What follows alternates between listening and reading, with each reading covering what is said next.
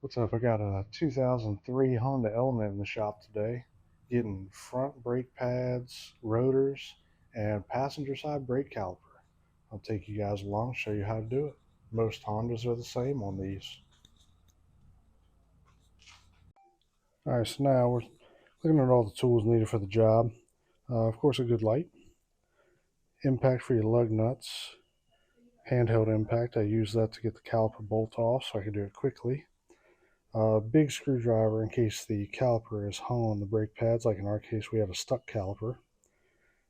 A disc brake spreading tool, 19 millimeter for our sockets, 3/8 ratchet with a 17, 14, 13, 12.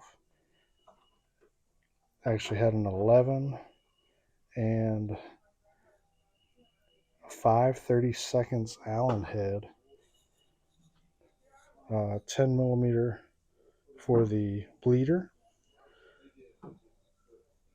silicone lubricant, and brake parts cleaner. And of course some rags because it's a dirty job. Alright, so getting all set up here, got the lug nuts already buzzed off so we didn't have to blast the compressor. Let's get the wheel out of the way.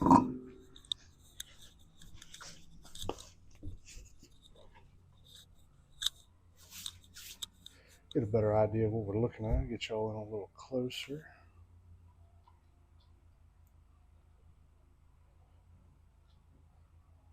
So now this is a Honda, so you're going to have, typically it's a number 3 Phillips screw here. This one's actually been swapped out to an Allen head, so we'll get that popped off next. Alright, so the size on this thing is a 5/32 Allen head. These things are usually pretty tricky. Let's see if we can get this one to bust loose. Oh, no. This one's actually nice and easy.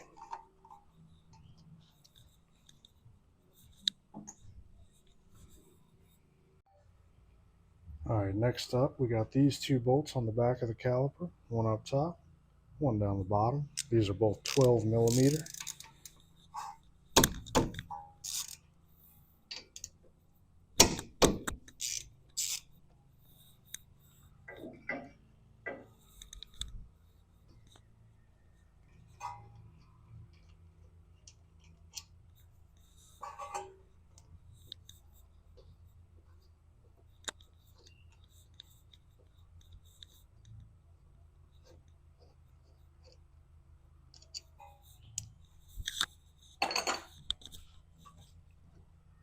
Then the caliper will slide straight off. I'll just set it right up top for right now. Be careful not to kink your brake hose. Now we're looking at, these have spreader bars. Just pop them out.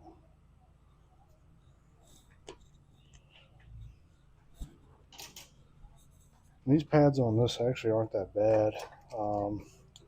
It's mainly the caliper on the passenger side was getting hung up, so it wore the pads and warped the rotor. But since we're doing them, we're going to do them both sides.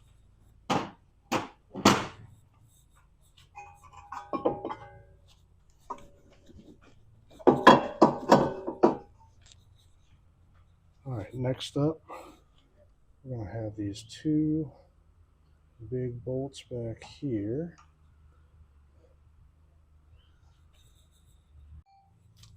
And those are 17 millimeter.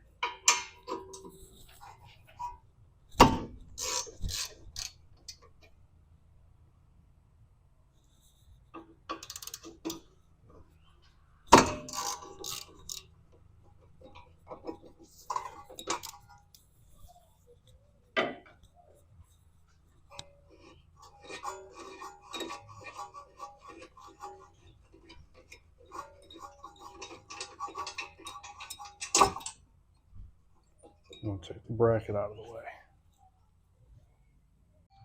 Then we come back out front. Since we already got that screw out, rotor will slip right off.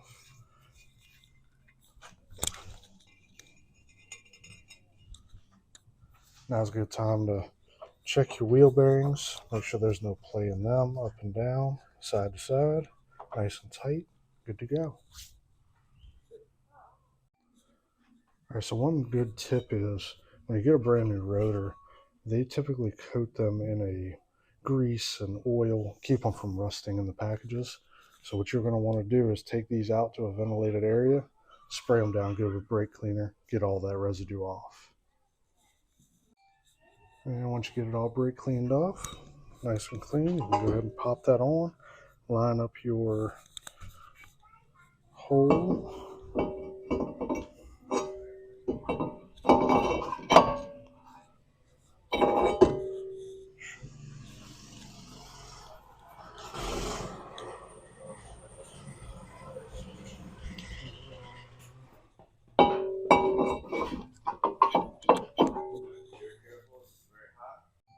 And don't forget, once you get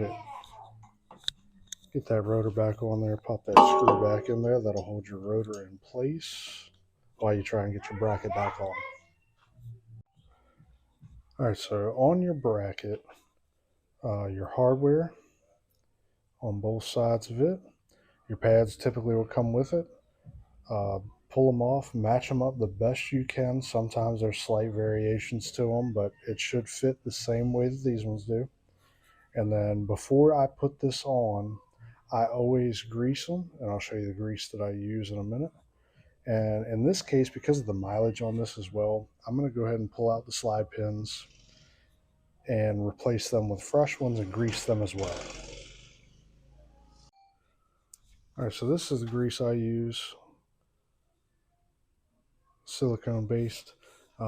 If you don't do a bunch of brake jobs, you don't have to get a container like this. You can typically, when you buy your brake pads, you can buy a small little package of it. Typically that's enough to do the job. This is one of my new slide pins. You just give this thing a liberal little coat,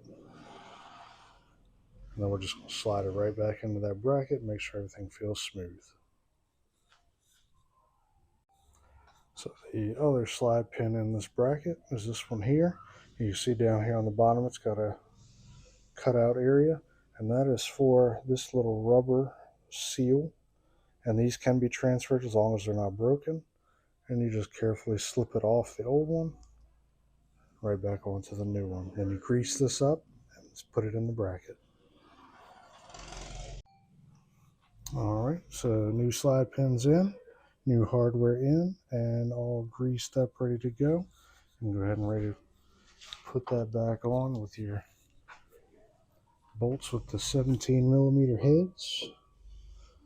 Slip this guy in. Always get your bolts started before you tighten them down.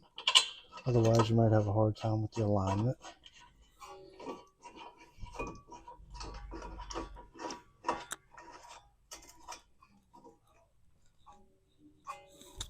And then crank them down tight. Alright, so this is the only special tool you need for this process, and that's going to be one of these disc brake pad spreaders.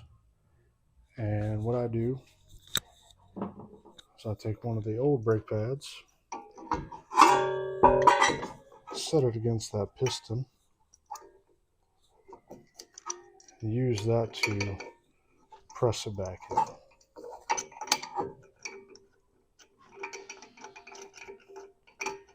You don't have to go nuts with this. It's just until it feels pretty firm, and you'll see the piston is pretty well flush with the caliper.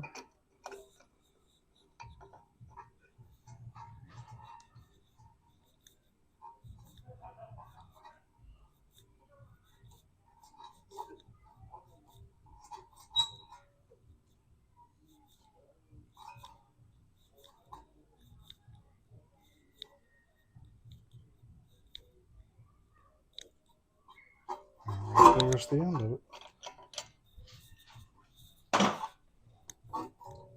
Now the caliper, you can see, nice and flush. Ready for the new pads to go in, and slip this back over.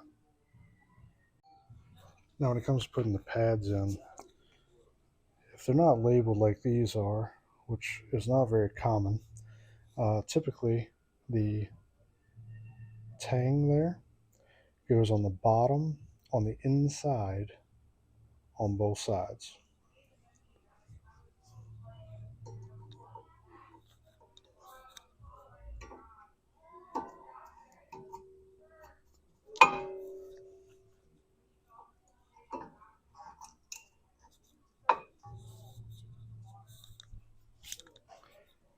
And once you got those in, bring your caliper back around.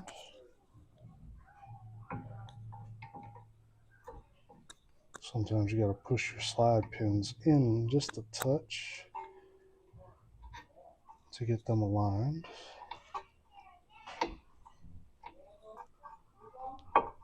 And we can get our bolts back in there.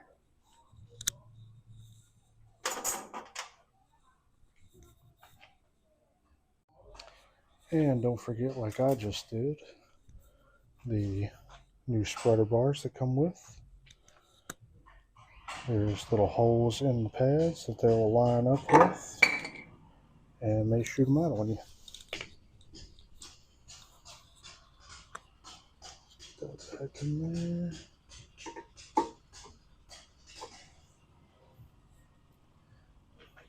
New ones are usually under a lot more pressure than the old worn out ones were.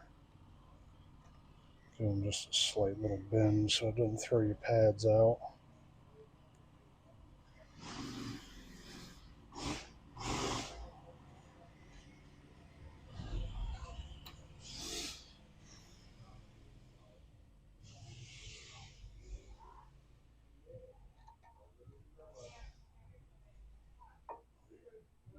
You should feel light pressure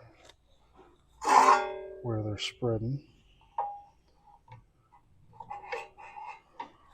Now we're ready to get those bolts back in.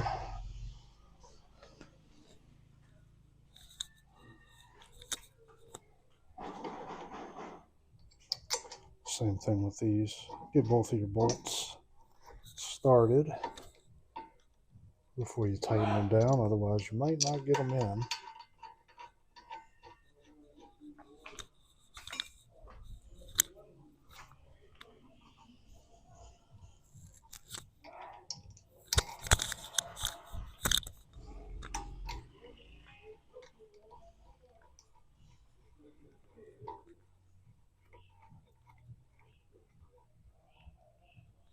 Okay, and then we'll crank them down as well. After you get everything all tightened up, before you hit your pedal, your caliper should slide back and forth. That's just the gap that you have between the piston and where the new pads sit. Everything should feel exactly the same. Double check all your bolts nice and tight. Give everything a once over while you're here. It's a good time to check your tie rod ends, your ball joints, anything loose, hanging, dragging, anything like that. If that's all good, then go ahead and button it up on this side. Alright, so now we're on the passenger side, and it's more of the same. So I got you guys set up on the GoPro on a time lapse as well. I'm just going to run through getting this all torn down, and then on this side, like I said, I'm going to replace this brake caliper. She's hanging, and it has warped up this rotor real bad and tore these pads up pretty good too. So I will get to that, and I'll show you guys what I see.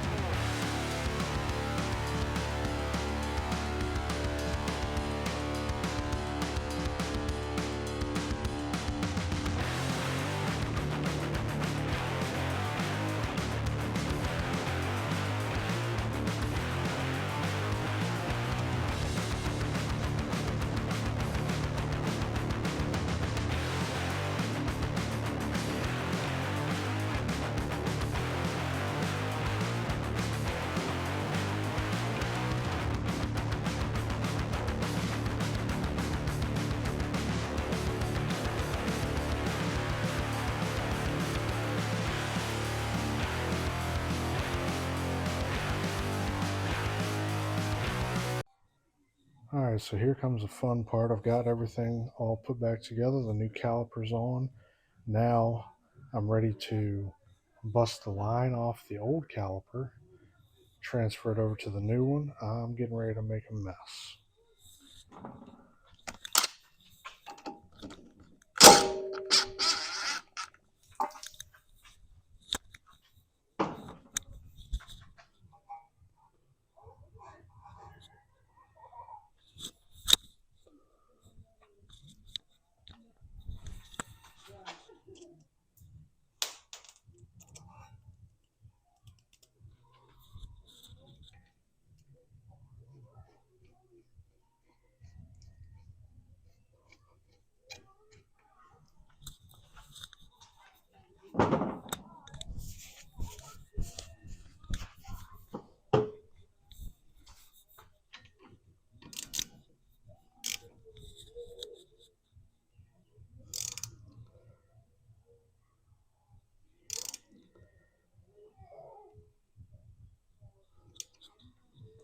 Now you only want to tighten that with your hand on the head of the wrench. It's Banjo bolt-on brake calipers are hollowed out bolts, and all you really are doing is crushing the washers just slightly so that they seal up. As long as you tighten it down where you feel comfortable, wipe everything off. Brake fluid will eat paint and everything else. Get everything wiped off, give it a minute, and then just check your fitting and make sure you don't see any drips. Otherwise, it should be good. Alright, so what I'm going to do now is I'm going to crack open the bleeder, and what I'm looking for is for just a little bit of fluid to start peeking out of it. That'll just let me know that it's pushing the air out of the piston of the caliper. Alright, so once the fluid drips out through your bleeder, tighten it back down, then have somebody hop in the vehicle, and I'm going to have my brother pump and hold, and I'm going to bleed out the system.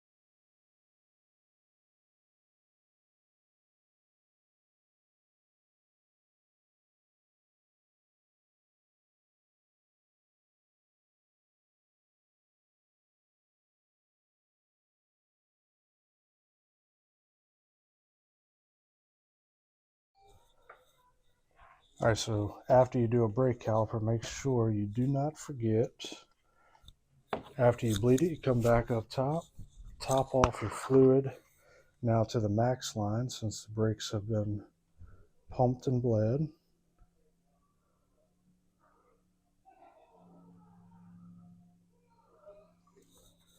Right there.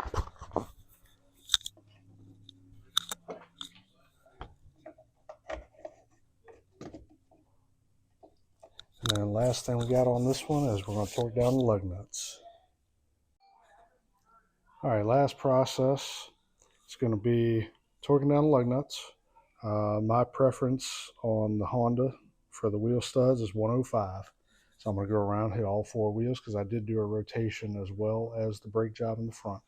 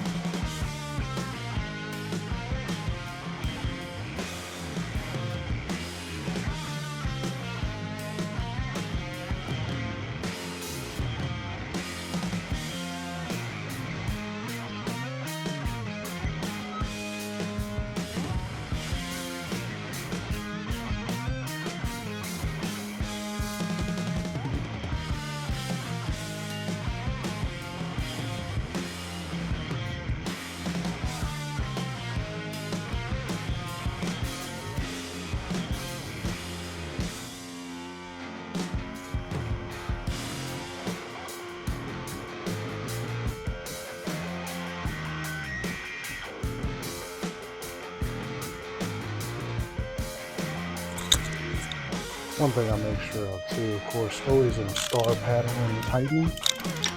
And with alloy and aluminum wheels especially, make sure you go around there twice. A lot of times you'll find that the first three that you do need to be retorqued a little more.